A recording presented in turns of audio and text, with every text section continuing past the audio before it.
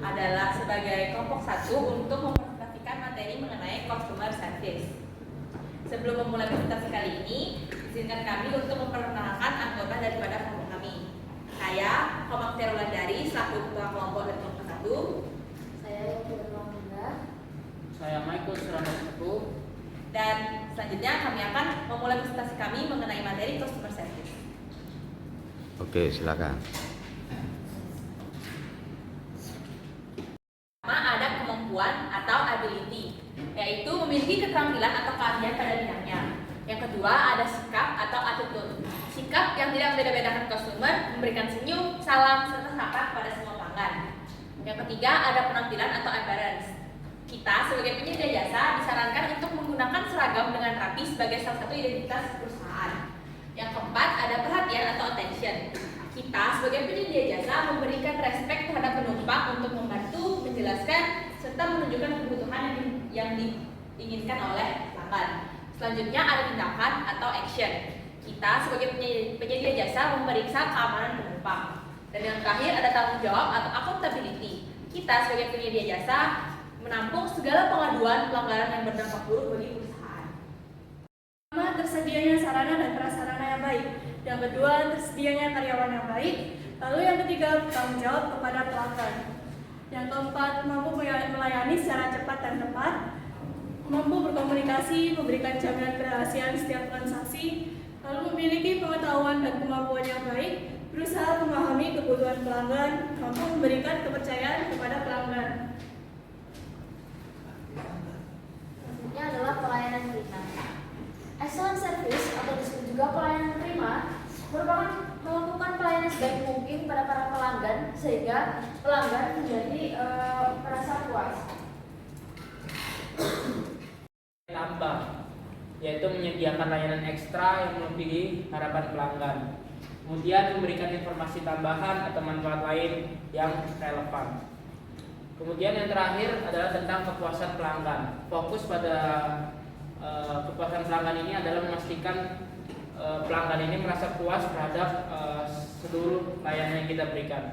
Inovasi dan adaptabilitas, yaitu yang artinya kita sebagai penyedia jasa terbuka terhadap perubahan dan selalu mencari cara untuk meningkatkan pelayanan dan menyesuaikan diri dengan kebutuhan pelanggan yang terus berubah atau dinamis. Yaitu memberikan pelayanan yang sama berkualitasnya setiap saat serta menjaga standar pelayanan yang tinggi dalam setiap interaksi.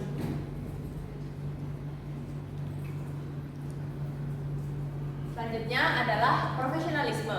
Dasar pelayanan profesionalisme artinya bertindak dengan etika dan tanggung jawab serta menjaga sikap yang sopan, ramah, serta berpenampilan rapi bagi kita sebagai pelayan jasa. Selanjutnya ada dasar pelayanan kecepatan dan kecepatan, yang artinya kita menyelesaikan permintaan atau keluhan pelanggan dengan cepat dan efisien serta menghargai waktu pelanggan serta memberikan solusi yang tepat waktu. Selanjutnya ada dasar pelayanan inovasi dan adaptabilitas.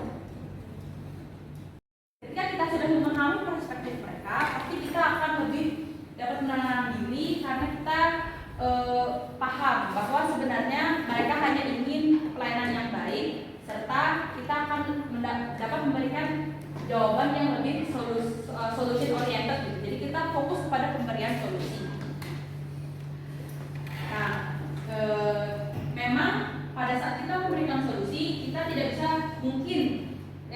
bisa langsung memberikan solusi yang dapat menyelesaikan masalah itu pada saat itu juga. Namun pasti kita memiliki beberapa alternatif solusi serta manfaat-manfaatnya kepada pelanggan. Bisa dari Amrasen dari kelompok 6.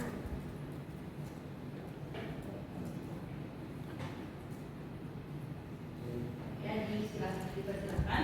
Sudah dapat disebutkan contoh perilaku yang mencerminkan elemen utama dalam kepuasan pelanggan yang dilakukan oleh penyedia layanan.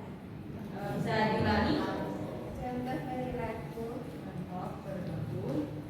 yang mencerminkan elemen utama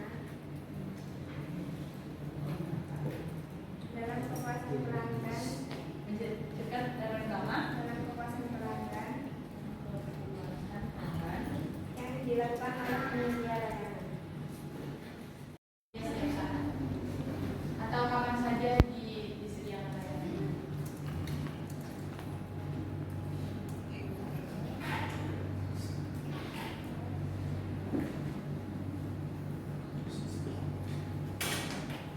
Jadi layanan untuk petugas porter ya?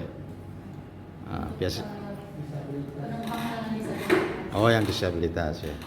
Biasanya ini sudah disediakan oleh maskapainya itu.